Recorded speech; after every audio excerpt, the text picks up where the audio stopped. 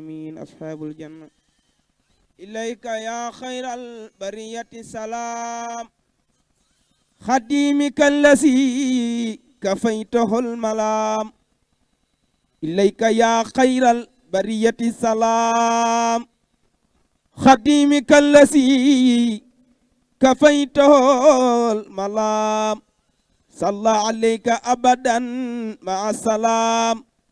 في الآل والأصحاب ربنا السلام حست مقاما دونه كل مقام يا نور كل عابد سام وقام أنت الذي أخرجنا من الظلام بك للنور من حباك بالكلام بشرك الجميل يا خير إمام بما نويت فيك سعيا ساتمام أنت النبي والرسول والهمام بك انقياد الصالحين بالثمام لك لدى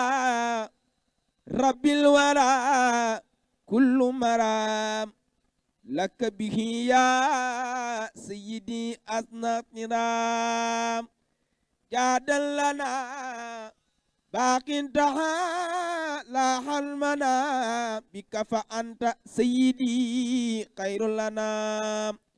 جاد لنا باق تعالى عن منام بك فأنت سيدي خير لنا نويت شكره عليك كل عام وكل شهر والكتاب الإدام نويت شكره عليك بقلام وغيرها يا ذا جوامع الكلام هديتي خذ كرما بلا انصرام يا قائدا لي من إلهك المرام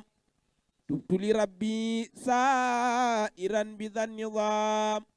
لك وقبله حبوت بعظام سبحان ربك رب العزة عما يصفون وسلام على المرسلين والحمد لله رب العالمين. ما شاء الله Serigne Lo Wakana yaakaar naa mbokk yi doyaloon ci ubbite gi xanaa gàtt gi rek waaye bu ko defee ñu topp ñu rek incha allah ci kanam dana dellusiwaat ci lu gën a yaatu.